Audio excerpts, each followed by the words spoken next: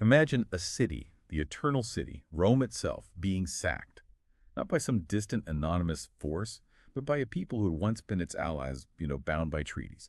It's 410 AD, and the Visigoths, led by Alaric, are at the gates, about to do what many believed was unthinkable, an event that didn't just reverberate through the ancient world, but truly shattered its foundations. This single moment signaled the twilight of one era and ushered in the turbulent, often chaotic dawn of another, profoundly shaping the future of Europe and laying the groundwork for entirely new kingdoms and cultures. In this part, we will talk about the Visigothic kingdom, from Alaric to Hispania. We're going to trace the incredible journey of these Goths from being a formidable, wandering force under charismatic leaders like Alaric, through their establishment in Gaul and ultimately to the foundational years of their enduring kingdom on the Iberian Peninsula. Now, you might initially carry a mental image of the Goths as simply barbarians, right?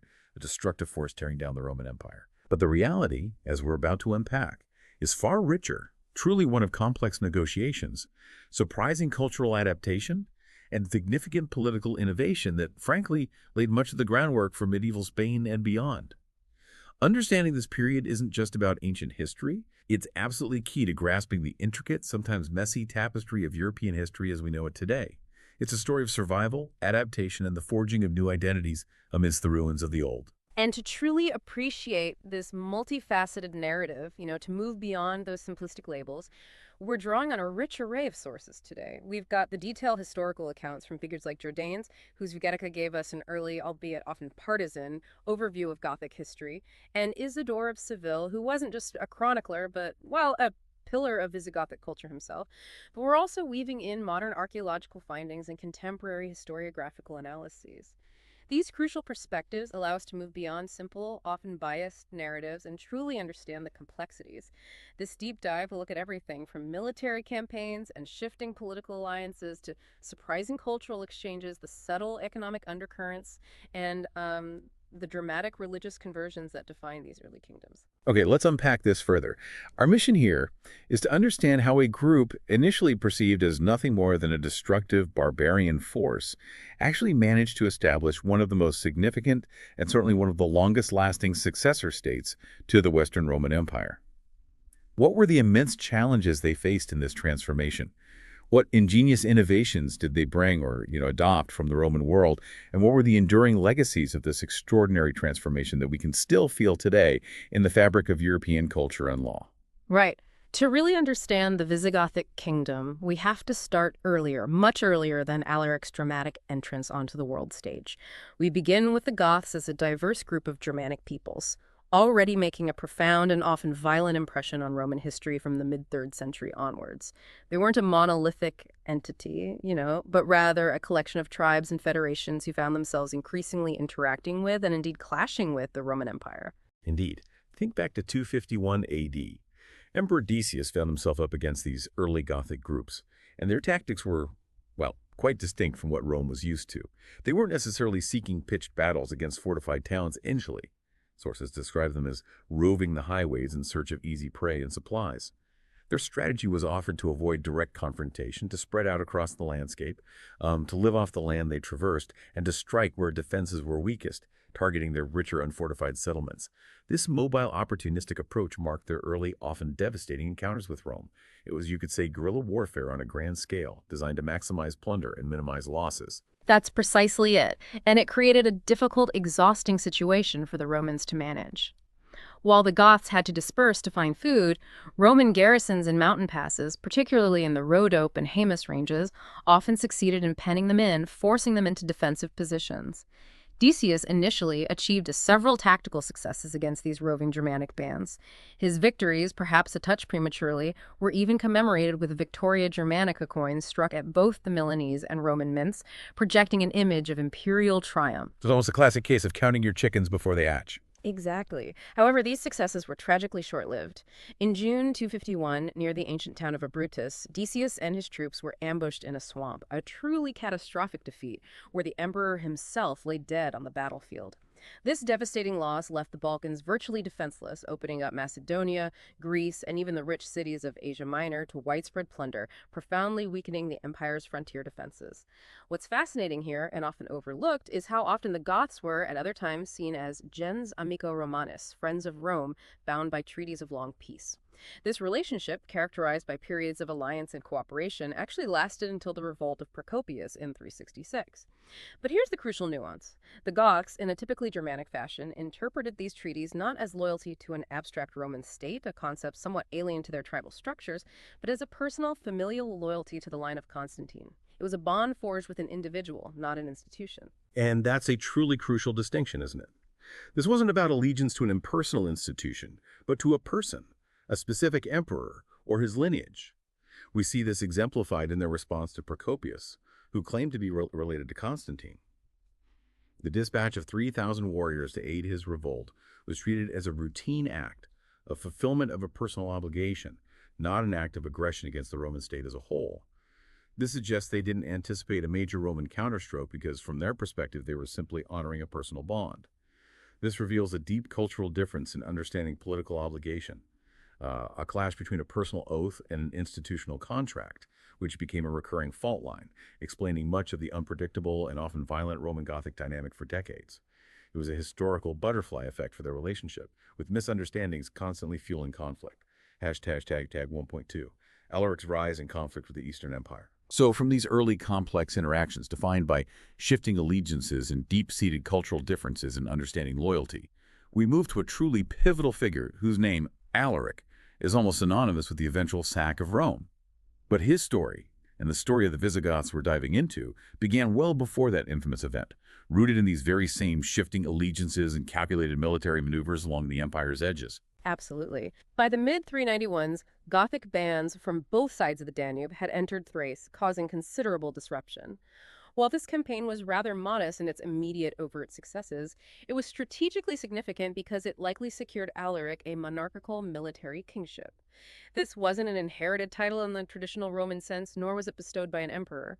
Instead, it was a leadership born out of sheer military prowess and, crucially, the ability to command and provide for his people. He was a charismatic leader who, lacking the traditional bureaucracy of a long-established kingdom, relied entirely on his authority and success to maintain the allegiance of his warriors. This was kingship forged in the crucible of battle, not dynastic right. And this is where it gets truly fascinating. We then see a period of renewed, albeit fragile, cooperation. There's a renewal of the 382 treaty with the formidable Roman general Stilicho in 392. Just 2 years later, in 394 AD, at the pivotal Battle of Frigidus, the Thracian Goths were fighting alongside Emperor Theodosius. They were Roman allies, part of the imperial war machine, contributing their formidable fighting power to Rome's cause against the usurper Eugenius. But this alliance, as you highlight, came at an incredibly heavy cost. And what's truly revealing here is the Roman manipulation involved. Theodosius, it was widely rumored by contemporary sources, deliberately intended for the Goths to bear a heavy blood toll in that battle, using them as cannon fodder to weaken both the usurper and his own unruly allies. And the provocation didn't end there. After the battle, these Gothic troops, who had fought valiantly, were not released back to their homes to recuperate and attend to their families. To make matters immeasurably worse, their homeland in Moesia, which is modern-day northern Bulgaria, was ravaged by Huns during the winter of 394-395. Many Goths were killed and their families abducted or displaced. This was a severe betrayal for the Foederati, the Roman allies, who had shed their blood for the empire under the assumption of reciprocal loyalty and protection. Right, it wasn't just a loss of land, it was a profound breach of the personal loyalty they had offered to Theodosius, a violation of the very unwritten contract they believed they had with Rome. Exactly. It showed them that their service was seen as expendable and their lands as collateral damage, directly feeding their deep dissatisfaction and new ambitions. This understandably led to a severe provocation for Alaric and his warriors. This sense of deep betrayal and unfulfilled promises seems to echo through much of the Goths' early interactions with Rome. When Emperor Theodosius died on January 17, 395, it legally nullified the existing treaties, as those treaties were with the person of the emperor, not the abstract state. Alaric and his Goths, feeling their loyalty had been exploited and their people abandoned, immediately returned home. They gathered their dispersed people in Moesia, consolidated their strength, and within the first half of 395 appeared before Constantinople, signaling their deep dissatisfaction and, critically, their new, much more assertive ambitions. The stage was now truly set for a dramatic escalation, not just for plunder, but for a permanent solution to their precarious position. Tag 1.3, the sack of Rome and its aftermath, 410 AD. And that escalation culminated in one of the most shocking moments in ancient history. The sack of Rome by Alaric in 410 AD. Since the city's legendary founding, nothing like this had happened in the early 8th centuries. It sent shockwaves throughout the entire Roman world, a symbolic blow to its very core, rattling the confidence of an empire that had long considered itself invincible. Indeed, the psychological impact was immense, almost unimaginable for the Roman populace. But it's crucial to understand Alaric's motivations, which were far from wanton destruction for its own sake. His demands were quite specific and, from his perspective, entirely justifiable given the years of broken promises and exploitation. He sought an annual sum of gold, a certain measure of grain, food, and resources for his people, and critically, land for his people to settle in fertile regions like Venetia, Noricum, and Dalmatia. These areas along the Adriatic coast were far more productive than the Eastern Balkans they had been forced into, and offered strategic advantages should further conflicts arise. He also sought the prestigious title of Magister Iutriusque Militia, a general commanding both cavalry and infantry, not just for personal honor, but to solidify his legitimacy and leadership over his people. Remember, he was a new, charismatic leader lacking the traditional bureaucratic structures of a long-established kingdom, so Roman recognition of such a title greatly strengthened a chieftain's standing with his own people, granting him a formal place within the Roman power structure even as he led an independent force. So it seems Alaric viewed this not as mindless destruction, but almost as collecting a long-overdue debt Rome owed them. Is that a fair assessment of his strategy, and how did that perspective influence his actions after the sack? It implies a certain calculated intent beyond mere pillage. Precisely. You can absolutely frame the sack not as senseless violence driven by barbaric rage, but as Alaric's collection of a debt that Rome owed his people for their service, with considerable, long-overdue interest, one might add. He certainly took immense booty, yes, but he also took strategically important hostages. These included the deposed Emperor Attalus, whom he had briefly set up as a puppet emperor, the poet Rutilius Domitianus, a symbol of Roman culture, the future general Aetius, a young man who would become a key player in later Roman defense, and most critically, Galla Placidia, who was Emperor Honorius' sister. Galla Placidia, right. Her capture had profound implications, didn't it? Transforming her into a living symbol of the Goths' new power and a valuable political pawn. Absolutely. This calculated approach reinforces that Alaric never intended to govern or build a vast empire with a few mercenary troops and their families. His goal was more immediate and practical: secure resources, food, and official recognition for his people, as well as a stable place to settle. The sack of Rome, while devastating, was ultimately a means to an end, a negotiation tactic to achieve these goals, not the blueprint for a lasting administration. The fact that the Goths had previously dispersed for food in the Balkans and were often penned in earlier days vividly illustrates their desperate need for consistent supplies and fertile land. So Alaric's death marked an end, but also a new beginning for the Visigoths, particularly as they looked westward. His successor, Alafol, stepped onto the scene with an even more ambitious and perhaps surprising vision for the Goths' relationship with Rome. This wasn't just about demanding resources anymore, it was about integration, a different kind of power, one that sought to blend Gothic strength with Roman legacy. Athoph's vision truly stands out, reflecting a remarkable evolution in Gothic strategy. He solidified this intent with a powerful symbolic act: his marriage to Galla Placidia in January 414 at Narbonne, a prominent city in southern Gaul. This was no mere union of convenience or forced captivity. It was meticulously celebrated in Roman fashion at the urban villa of a prominent Gallo-Roman aristocrat in Janus, attended by Roman dignitaries. This clearly expressed Athoph's profound determination to become a legitimate part of the empire, a leader of troops who had, perhaps audaciously, married directly into the imperial family itself. It was a statement that Gothic power could, and perhaps should, operate within the Roman framework. And he didn't just act the part, he famously articulated it. Athoph declared that after some initial hesitation, after wrestling with the idea of simply replacing Romania with a new Gothia, realizing such a barbarian-led state might collapse from internal disorganization, he had decided to use Gothic military power to defend the Roman world.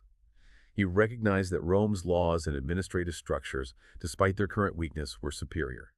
This wasn't conquest for sheer dominance, but an intent to integrate, to preserve, and perhaps even lead from within the existing imperial framework. It's a remarkable shift in strategy, suggesting a pragmatic respect for Roman institutions, even as he wielded Gothic power. It truly is. His plans received a significant, almost providential boost when Placidia bore him a son, whom he pointedly named Theodosius. This child was not just any Gothic baby. He was the grandson of an emperor of the same name, a first cousin to another, and his uncle, the Western Emperor Honorius, was childless. Atholf, through his son, now had a direct claim, or at least an extraordinarily strong connection to the imperial line. This made him even more friendly towards the Romans, hoping to secure his family's position and, by extension, the Goths' future within the very heart of the Roman Empire. Wow.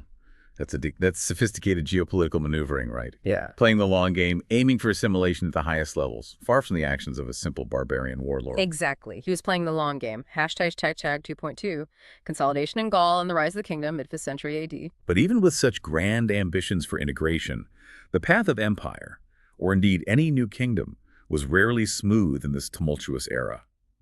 Atholf's death led to a brief, tumultuous period, a testament to the fragile nature of power and the constant internal struggles within the Visigothic leadership.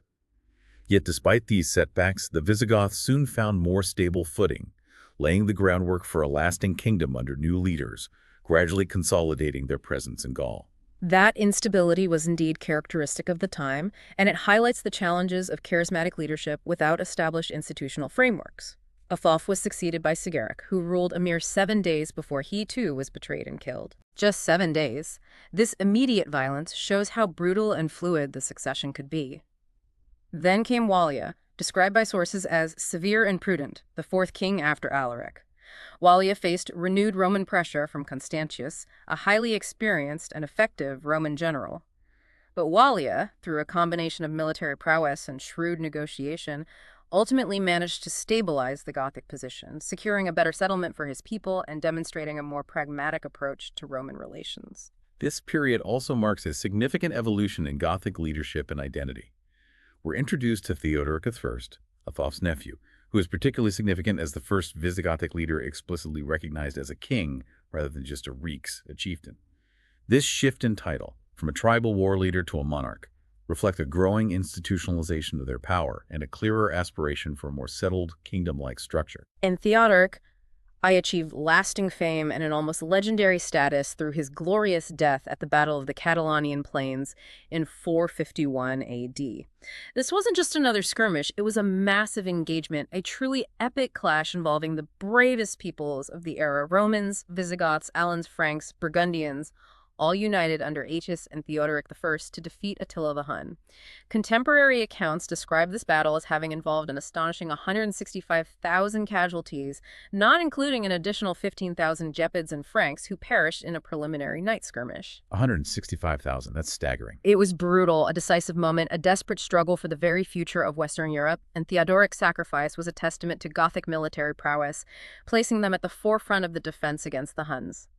This battle cemented their reputation as formidable warriors, capable of defending the very civilization they were often accused of destroying. However, even such heroic efforts didn't guarantee a stable, unified monarchy in the way we might understand it today.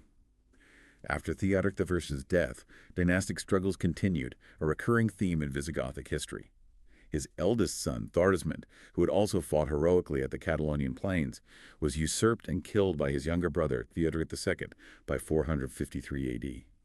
This internal strife highlights the ongoing challenges of succession and the personal, often violent nature of power.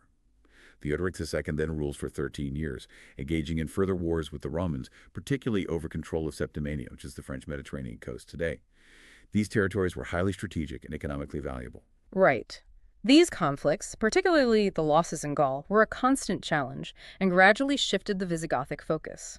They eventually forced the Visigoths to retreat further west and south, primarily into Aquitania in southwestern France. This region, encompassing much of modern-day Bordeaux and Toulouse, would become a crucial base, a territorial anchor from which they would project their power and significantly begin to shift their focus towards the Iberian Peninsula. It marks a critical geographical and strategic pivot in their history, a recognition that their future lay increasingly in the lands to the south. From the fertile plains of Gaul, where they had fought both with and against Rome, the Visigothic gaze began to turn southward, towards the sun-drenched, mineral-rich lands of the Iberian Peninsula. And it's under the reign of Euric, another formidable son of Theodoric I, that the Visigothic presence in Hispania was truly solidified, transforming it from a mere territorial holding into an independent sovereign kingdom. This was a moment of profound transformation. Euric's ascent was indeed ruthless, even by the standards of the time, yet remarkably effective in consolidating power. He killed his brother Theodoric II in 466, seizing the throne, and then embarked on an 18-year reign that proved remarkably prosperous and expansionist for the Visigoths. During this period, they invaded and conquered most of the Iberian Peninsula, expanding their control dramatically and establishing the city of Toulouse in Aquitaine as their primary capital. This territorial expansion laid the undeniable groundwork for their future dominance in Spain, marking them as the premier power in the West. And here's where it gets truly momentous, marking a definitive break from their foederati past. In 475, Euric took a monumental step, a true turning point. He officially declared himself an independent ruler, severing ties with the Roman Empire. This wasn't just a de facto independence, which they had largely enjoyed for decades, but a clear, formal assertion of sovereignty, a definitive declaration to the world that the Visigoths were no longer allies or federates of Rome, but an entirely independent, sovereign state. It was a bold and audacious declaration, solidifying their standing among the emerging kingdoms of Europe. And that assertion of independence was backed up by a robust and vital legal legacy. Euric, demonstrating a sophisticated understanding of governance, codified the first Gothic laws, fragments of which survive to this day, notably the Codex Euricianus. This wasn't merely a set of military decrees, it signified the emergence of a mature political entity with its own distinct legal framework, blending Roman legal principles with Germanic customary law. Beyond law, he was also a staunch Arian Christian, adhering to a form of Christianity that differed significantly from Nicene Catholicism, particularly on the nature of Christ. Under his dominion, the Arian Church flourished, further emphasizing the distinct identity of the Visigothic ruling class and creating a clear religious divide with the largely Catholic Hispano-Roman population, a divide that would have profound consequences. Hashtag tag 3.2, Loss of Gaul and the Ostrogothic Interlude, early 6th century AD. Despite Euric's impressive successes and bold declarations of independence, particularly his firm hold on Hispania, the Visigothic grip on their extensive territories in Gaul proved to be precarious and ultimately unsustainable against rising new powers, primarily the Franks. This marked another significant geographical and political contraction for the Nicene kingdom. That's right, the geopolitical landscape was constantly shifting. Euric's son, Alaric II, continued his father's legal legacy, most notably with the Lex Romana Visigothorum, often called the Breviary of Alaric, which was a codification of Roman law specifically for his Roman subjects. He also tried to bolster Visigothic power through strategic alliances, notably with the powerful Ostrogothic king Theodoric the Great, who was a formidable figure ruling Italy. Theodoric the Great, yeah, major player. Absolutely. Theodoric the Great even married Alaric's daughter, Theodogotha, creating a temporary pan-Gothic alliance across Western Europe. This alliance was a significant attempt to present a united Gothic front against other barbarian kingdoms, particularly the rapidly expanding Franks. This grand alliance, however, wasn't enough to stem the tide. In 507 AD, Alaric II faced the ascendant Frankish king Clovis at the pivotal Battle of Vouillé, near Poitiers. In this decisive engagement, Alaric II was killed, leading to a catastrophic Visigothic defeat. This battle marked the de facto end of Balthi-led Visigothic power in Gaul. They lost most of their vast territories there, forcing them to relinquish their capital at Toulouse, though they did manage to retain Septimania, the French Mediterranean coast, with Narbonne serving as its capital, thanks in part to Ostrogothic intervention. It was a significant geographic and political contraction for the Visigoths, pushing their center of gravity decisively towards Hispania. The aftermath of Vouillé also brought a complex and violent succession crisis within the Visigothic kingdom. While Alaric II's legitimate son, Amalaric, would later rule from 526 to 531, an illegitimate son, Geslec, was initially elected by the people to succeed Alaric, demonstrating the fluid nature of succession and the power of popular acclamation. Elected by the people. Interesting. Yes, it shows that popular support could sometimes override strict lineage, at least temporarily. This period of internal division provided a clear opening for outside influence, and what's fascinating here is Theodoric the Great's direct, almost imperial intervention. After Gislec's eventual death and defeat, the powerful Ostrogothic king occupied the Kingdom of Spain for 15 years, effectively asserting dominance over his Visigothic cousins and ruling as a regent for his grandson Amalaric.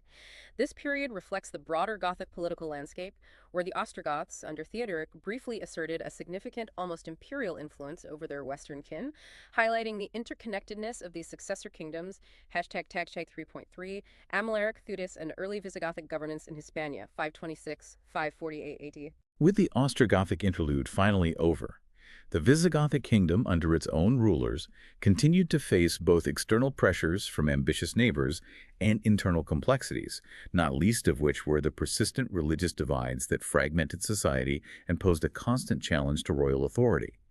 This was a period of fragile consolidation and the nascent establishment of their Iberian power base. Indeed. Amalric's reign from 526 to 531, after he was finally handed the kingdom by his grandfather Theodoric, was brief and ultimately tragic, reflecting these persistent challenges. He continued to face significant pressure from the Franks, who remained a formidable and expansionist power in Gaul. He was decisively defeated by the Frankish king Childebert at Narbonne, losing even more territory in Septimania. Having become contemptible to all due to his losses and perhaps his harsh religious policies, he was an Arian who reportedly abused his Catholic Frankish wife. He then fled to Barcelona, but ultimately was killed by his own army. Killed by his own army. That highlights the precarious nature of Visigothic kingship in this period, doesn't it? Military success and internal stability were absolutely paramount for a ruler's survival. So critical. After this intense instability and short-lived reign, a new figure emerged. Theudas, who became king in Hispania and ruled for a substantial 17 years and 5 months, from 531 to 548. What's particularly noteworthy about Theudas is that, despite being an Arian himself, and thus adhering to the religion of the Visigothic elite, he granted peace to the Catholic Church. He even took the remarkable step allowing Catholic bishops to convene in Toledo, giving them license to freely and lawfully arrange whatever was necessary for the discipline of the Church. This was an incredibly significant act of religious tolerance for the time, especially considering the earlier Arian dominance and the prevailing religious tensions across Europe. It laid crucial groundwork for future religious unification. His reign wasn't just about enlightened religious policy, though. Theudas also demonstrated impressive military acumen, successfully defending the nascent Visigothic kingdom against external threats. When Frankish kings invaded the Tarraconense province with infinite troops, the Goths, under a skilled military leader named Theudisclo, blocked the passes of Hispania and successfully defeated the Frankish army. What's even more interesting and quite pragmatic is that Theudisclo then allowed the remaining Frankish troops to escape, but only for a large sum of money. So it wasn't just a military victory, it was a pragmatic financial success too. Turning defense into a lucrative enterprise shows a sophisticated understanding of both warfare and economics. Precisely. Very astute. The narrative then briefly touches upon Egila, who was raised as king and reigned for 14 years. His reign, from 549 to 554 AD, was marked by significant internal rebellions, notably from Córdoba and Seville, and also by the devastating incursion of the Byzantines into the southern Iberian Peninsula, seizing control of coastal areas. These ongoing conflicts further destabilized the kingdom. Egila eventually died in Merida, or as some sources say, was killed in Merida, leaving the kingdom vacant for 5 months before Athanagild took the throne. This continuous instability, marked by contested successions, internal revolts, and periods without a clear ruler, underscores the immense challenges inherent in establishing a truly cohesive and durable Visigothic state during these early years in Hispania. It was a constant struggle for survival and legitimacy. Against this backdrop of intermittent instability, internal revolt, and external pressures, a truly powerful and transformative figure emerges, Leovigild. His reign from 568 to 586 AD marks a new, much more assertive and frankly ruthless phase in Visigothic history. He was driven by an ambitious, almost imperial vision to unify the entire Iberian Peninsula under a single, strong Visigothic rule, and crucially, to consolidate and strengthen the monarchy itself, moving away from the precarious succession struggles of the past. Leovigild's rise began with a shared reign. His brother, Luba, initially held power in Narbonne for 3 years, with Leovigild granted the rule over Spain, effectively dividing the Visigothic territories. This division was likely a pragmatic move to manage the vast lands, but Leovigild quickly demonstrated his ambition. He later married Theodosia, the daughter of the Duke of Cartagena. This wasn't just a personal union, it was a highly strategic alliance, cementing his position and consolidating power through marital ties to local Hispano-Roman nobility, reflecting the shifting political landscape where Roman elites were increasingly integrated into Gothic power structures. It also gave him a direct link to a key region. His ambition wasn't confined to internal politics or clever marriages. Leovigild pursued aggressive expansionist policies, aiming for both political and religious unification across the peninsula. This wasn't a passive reign of maintenance. It involved significant and often brutal military campaigns to achieve his goals of bringing all of Hispania under his direct control, consolidating power in a way no Visigothic king had before. One of his most notable military achievements and a fascinating example of his strategic cunning was the conquest of the Suevi kingdom, located in what is now Galicia in northwestern Spain. Miro, the Suevi king, was initially defeated by Leovigild. What's truly fascinating here is that Miro then effectively became Leovigild's son by arms, or Waffensohnschaft. Waffensohnschaft, son by arms. Can you unpack that a bit? Sure. It was a traditional Germanic practice where a defeated leader would swear allegiance and offer military service to a conqueror, often solidifying the bond with an exchange of gifts, almost like an adopted family member in a martial sense. It was a way to integrate conquered peoples without complete destruction, creating a complex web of personal loyalties. This allowed Leovigild to exert influence over the Suevi without immediate, outright annexation. However, this wasn't the end of the Suevi story. Subsequent events provided Leovigild with what contemporary sources call the perfect excuse for full, direct intervention. In 584, a Suevi noble named Adica deposed Miro's son Euric. Adica not only tonsured Euric, a symbolic act of removing him from secular power by marking him as a cleric, rendering him unable to rule, but also imprisoned him for life in a monastery, and, to add insult to injury, married Miro's widow. Oof, that's blatant. A direct challenge to Leovigild's influence, and a profound breach of that Waffensohnschaft established with Miro. Exactly. It was a direct challenge he couldn't ignore. And Leovigild, ever the pragmatist, seized the opportunity decisively. His invasion in 585 was described as a military parade, a swift and overwhelming conquest that took the Suevi kingdom in a single, well-executed campaign, capturing key cities like Oporto and Braga. Leovigild's treatment of Adica was a calculated and chilling mirror of Adica's own actions against Euric. Adica was stripped of his kingdom, tonsured, ordained a presbyter, thus making him permanently ineligible to rule by law, and imprisoned in a monastery in Beja. This act was not just retribution, it was a clear demonstration of Leovigild's power and his ruthless intent to eliminate any rival claimants to the unified Iberian throne, ensuring there would be no more independent Suevi kings. It was a lesson in total political control. Hashtag 4.2. Internal challenges and religious tensions. But Leovigild's ambitious attempts at unification weren't without significant internal conflict, particularly on the religious front. The deep divide between the ruling Arian Visigoths and the largely Catholic Hispano-Roman population was a constant source of tension that even a powerful king couldn't easily ignore.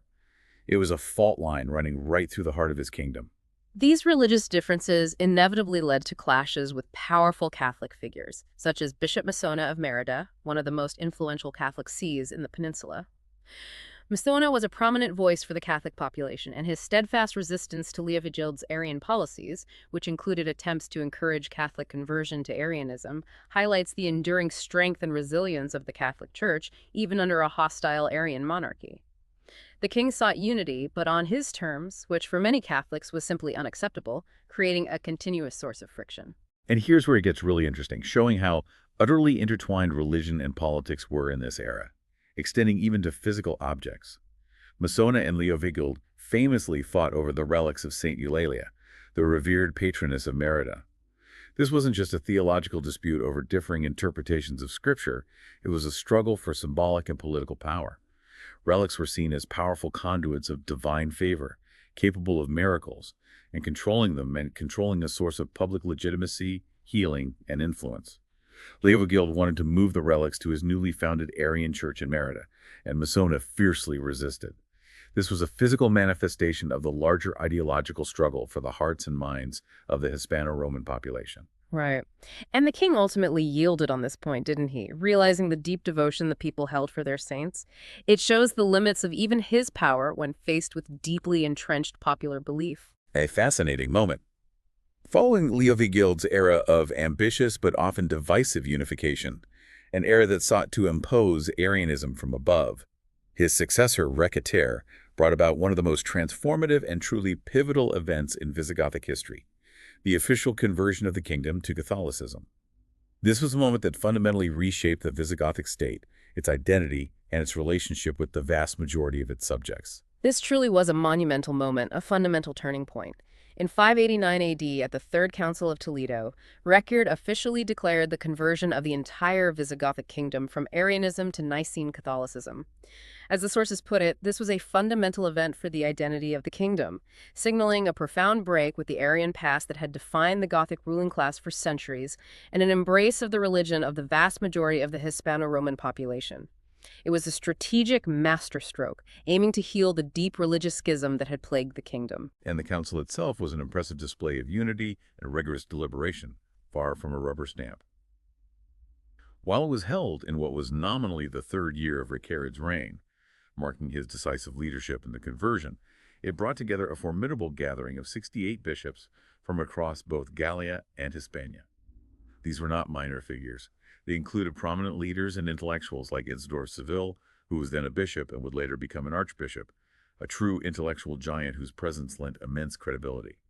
They meticulously debated crucial articles of faith, formally anathematized Arianism, and laid the precise groundwork for the kingdom's new religious direction, integrating the Visigothic Church into the wider Catholic world. The immediate impact of this conversion was immense, reaching every corner of society. By embracing Catholicism, Ricard aimed directly to bridge the deep religious divide that had separated the ruling Visigothic elite from the majority Hispano-Roman population for centuries. This move was explicitly designed to foster greater unity within the kingdom, reducing internal tensions and providing a much-needed layer of legitimacy for the monarchy, who could now claim to rule over a religiously unified people. It's a clear example of how political pragmatism and genuine religious conviction could align to create a new national identity, one that would dramatically influence the future of Spain. The Third Council of Toledo, far from being an isolated event, set a powerful and enduring precedent.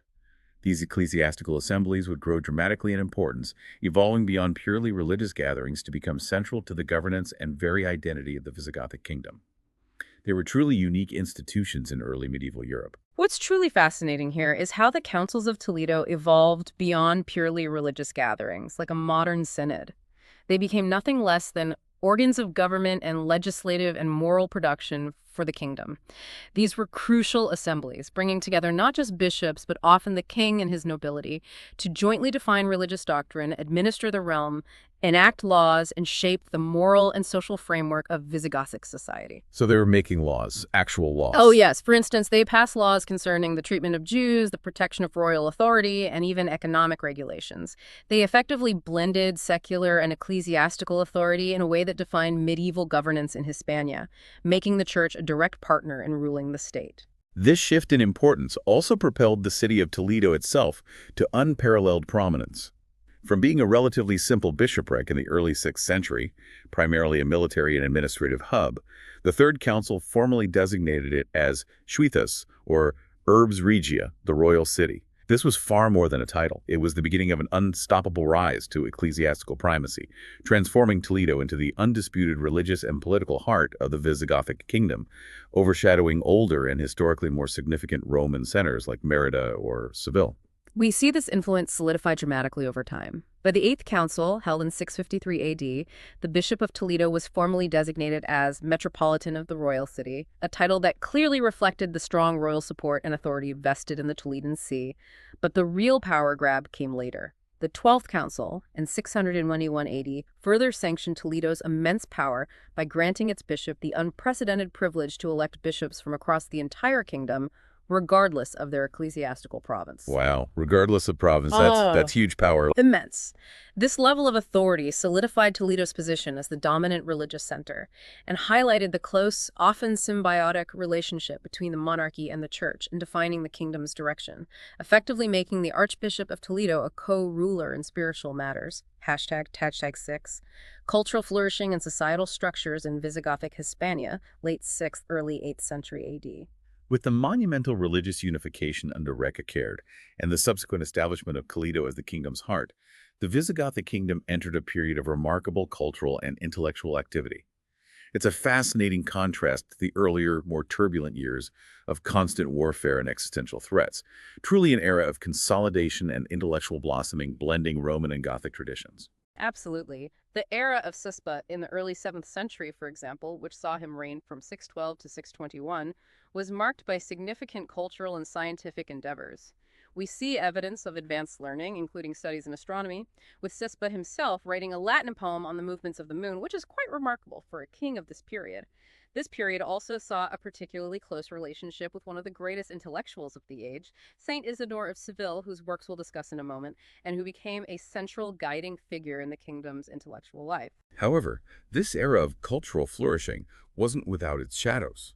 Sisebut's reign also saw the implementation of anti-Jewish legislations, reflecting the complex and often harsh realities of the era's religious and social policies. These laws, which included forced conversions and prohibitions on Jewish practices, were a stark departure from the earlier, more tolerant policies of kings like Theudas, and they ushered in a period of severe persecution for the Jewish population of Hispania, a tragic stain on an otherwise intellectually vibrant period. It's a reminder that even periods of great intellectual achievement could be marked by profound intolerance. If we're talking about Visigothic intellectual life and the transmission of knowledge, there is one figure who stands head and shoulders above the rest, truly an intellectual colossus: Isidore of Seville. His prodigious work became a cornerstone of not just Visigothic but broader medieval European thought, a vital bridge between the classical world and the emerging Middle Ages. Isidore's contribution is simply immeasurable. His encyclopedic work, especially the sprawling 20-volume Etymology, alongside his Historia de los Goths, History of the Goths, and De Natura Rerum, on the nature of things, served as a pillar of Visigothic culture. The Etymology was essentially an attempt to compile all human knowledge from antiquity, from grammar and rhetoric to medicine and astronomy, acting as a crucial vehicle for transmitting vast swaths of classical knowledge to the burgeoning Middle Ages when other sources were scarce. His Historia de los Goths was particularly significant in constructing a coherent national history for the Visigoths, providing them with an identity rooted in both their Germanic past and their Roman present, effectively legitimizing their rule. And he wasn't just a scholar summarizing texts. He was deeply connected to the cultural fabric of his time, influencing things as fundamental as how people wrote. This even extended to language and script. There was a unique script known as the Gothic letter, which today they called Toledana, or sometimes Visigothic minuscule. It was a distinctive, elegant script specifically used in Spain, particularly for liturgical texts, and it was a strong cultural mark of the kingdom, a visual symbol of their unique identity. What's fascinating here, and truly illustrates the deep cultural attachment to this Toledana custom, comes from centuries later. We have this wonderful anecdote recorded by Rodrigo Jimenez de Rada. A queen, presumably French after the Toledan conversion to Catholicism, became accustomed to the Roman French script and requested Pope Gregory VII to change this Toledana custom throughout Hispania to the Roman one. After some attempts, an archbishop named Bernaldo, seemingly a supporter of the Roman style, eventually secured papal approval for this change. It seemed like a done deal, a minor bureaucratic shift. But the people of Toledo, and indeed across the kingdom, had other ideas. When these changes to their ancient script were introduced, the people and the cavalry and the clergy rose up in indignant protest, declaring they would rather die than abandon their cherished, distinctive tradition. This wasn't just about handwriting, it was about their heritage, their identity. The dispute became so intense, demonstrating the incredible power of tradition, that a trial by combat was held between a knight advocating for the Toledana custom and one for the French. A trial by combat, over handwriting. Exactly. And in a dramatic term, right there in Toledo, the Toledana knight won, much to the queen's displeasure. Incredible. This vividly illustrates the profound cultural attachment and resilience of their traditions, a testament to the kingdom's distinct identity and the fervent pride people took in their unique heritage. It was a victory for local identity over external imposition. So we've explored the intellectual and political heart of Visigothic Hispania, from the kings and councils to the great scholars. But what was daily life truly like for the majority of people across the Iberian Peninsula, away from the courts, cathedrals, and dramatic battles? How did they live, work, and sustain themselves in this evolving kingdom? What's striking is the significant continuity of the villa system from the late Roman period. These large agricultural estates, often comprising a manor house, outbuildings, and extensive farmlands, remained absolutely crucial for the production of cereals, meat, wine, oil, wool, and horses, forming the undeniable backbone of the economy. Many villas, even important ones, continued to be inhabited and productive in the post-Roman era, adapting to the new political realities rather than collapsing entirely. They were self-sustaining economic units, crucial for regional stability. We have concrete archaeological evidence that vividly supports this continuity. From terraconets of villas like El Cogol, Els Monts, and Parets Delgada, Excavators have unearthed numerous wine and oil amphorae, large mills for grinding grain, and presses for olive oil and wine production. This paints a clear picture of these estates as self-sufficient productive hubs, not just consuming but actively processing raw materials into finished goods for local consumption and trade, demonstrating economic resilience despite political upheaval. Socially, the Visigothic kingdom was marked by rigid stratification, a clear hierarchy that largely perpetuated Roman structures. Privileged groups, the Visigothic nobility and the Hispano-Roman aristocracy, monopolized power and land, leaving very little room for the development of a strong middle class, which had been a feature of the Roman Empire. The rural landscape, in particular, was dominated by these noble landowners, with vast numbers of farmers, shepherds, often referred to simply as rusticos, and a large population of rural serfs tied to the land. These groups fit well into the prevailing patronage system, where loyalty and labor were exchanged for protection and sustenance, largely perpetuating existing hierarchies and ensuring the powerful remained so. As for cities, their roles were dynamic and often shifted with the tides of political power. While some, like Toledo, experienced an unstoppable rise and ascended politically to become the royal capital, displacing older administrative and economic centers such as Cartagena and Merida, others like Cordoba and Seville remained significant. These southern cities, for example, became key centers for revolts against Visigothic rule, demonstrating their strategic and demographic importance and their enduring Hispano-Roman identity. Overall, cities continued to serve as crucial bastions for populations, offering refuge during conflicts, preserving administrative and religious functions, and maintaining trade networks even if diminished. The official conversion to Catholicism under Richard, as we've discussed, was a monumental shift. But what were its profound, everyday effects on the religious practices and the very physical landscape of Hispania?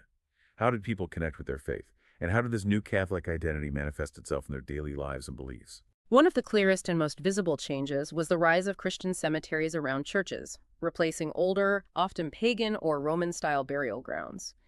These new burial grounds were often constructed with the active participation of bishops, monarchs, and both Roman and Gothic nobility, reflecting the new unified religious identity and the integration of elites. This also created a significant demand for intricate stone engraving for tombstones and sarcophagi, as elaborate Christian gravestones became more common, incorporating new iconography and epigraphy.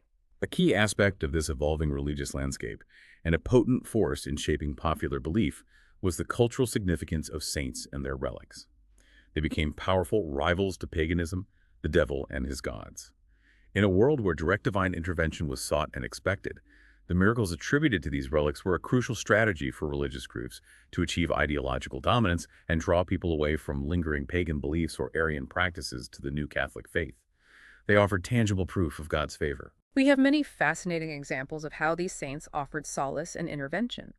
Saint Eulalia of Merida, for instance, was widely invoked for debt remission and ending plagues, addressing very real and immediate concerns of the populace. Saint Felix of Girona was believed to punish thieves, providing a form of divine justice in an often lawless world. Even the relics of Saint Martin of Tours, though not in Hispania itself, famously cured a Suevi prince, playing a significant role in the Christianization of their kingdom. These saints offered tangible solace in daily life, providing hope and direct intervention in worldly problems, making Christianity profoundly relevant to everyday struggles. But this fervent devotion and belief also led to a certain chaos in relic collection and distribution. Bishop Braulio of Zaragoza, for example, a contemporary of Isidore, famously complained about unidentifiable relics piling up in monasteries, often without clear provenance or verification. This intense quest for relics, driven by both piety and power, even triggered physical conflicts, as we saw with Bishop Masona and King Leovigild over Eulalia's relics. Right. And another incredible anecdote tells of monks from Tours actually stealing the relics of Saint Martin from the monks of Poitiers while they slept. Stealing relics. It truly illustrates the immense power, value, and prestige placed on these sacred objects, leading to both veneration and sometimes outright theft. Finally, let's look at monasticism, which became a vital spiritual and social force. While some ascetics lived in truly isolated areas, hermits seeking solitude, not always under the direct control of bishops, many monasteries were established near smaller populations or existing churches. This was often out of necessity for sustenance, protection, and to serve local communities.